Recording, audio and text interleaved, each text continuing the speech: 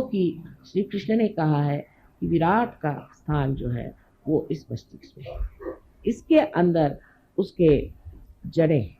उन जड़ों को हम जागृत कर रहे हैं।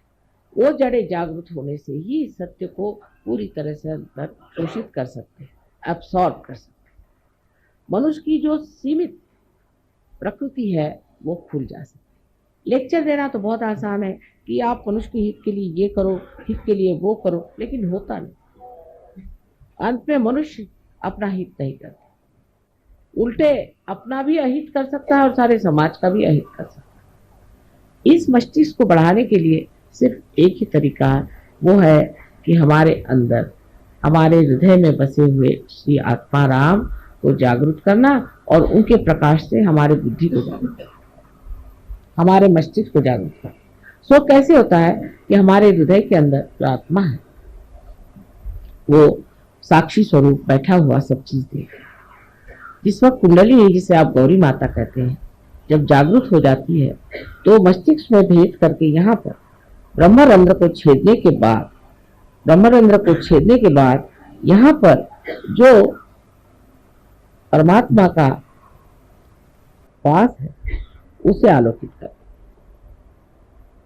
परमात्मा का ही प्रतिबिंब हमारे हृदय में आत्मा सूख। जैसे ही हमारा आत्मा जागृत हो जाता है तो इस आत्मा के चारों तरफ ये 7 चक्र के आलोक, 7 चक्र के मंडल वो भी जागृत हो जाते हैं। और ये 7 चक्रों की जो पीठ है वो हमारे मस्तिष्क में है, क्योंकि वो भी जागृत हो जाते हैं, इसीलिए ये 7 मंडल भी हमारे हृदय में जागृत हो जाते हैं। ये मंडल जागृत हो जाने से ही हमारी जो नसें हैं या हमारी जो ब्रेन है वो एक तरह से अति सूक्ष्म तरीके से खुल जाता है और उसके अंदर शोषण करने की शक्ति बढ़ती है। सत्य को शोषण करने की शक्ति बढ़ने से ही मनुष्य सत्य पे खड़ा हो सकता है। आज तक मनुष्य सत्य पे खड़ा नहीं हो पाया। सत्य को सुनता है, जानता है, देखता है, पर उस पर खड़ा नहीं हो सकता। सत्य को आत्मसात करने की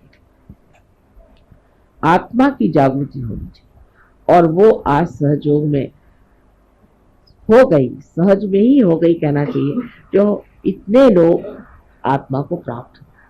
आत्मा को प्राप्त होने से वो शक्ति आपके अंदर जागृत होती है जिससे आप सत्य को आत्मसात कर सकें। जो आज डेमोक्रेसी का सत्य है वो सत्य आपके अंदर जागृत हो गया। माने ये कि दूसरा कौन है,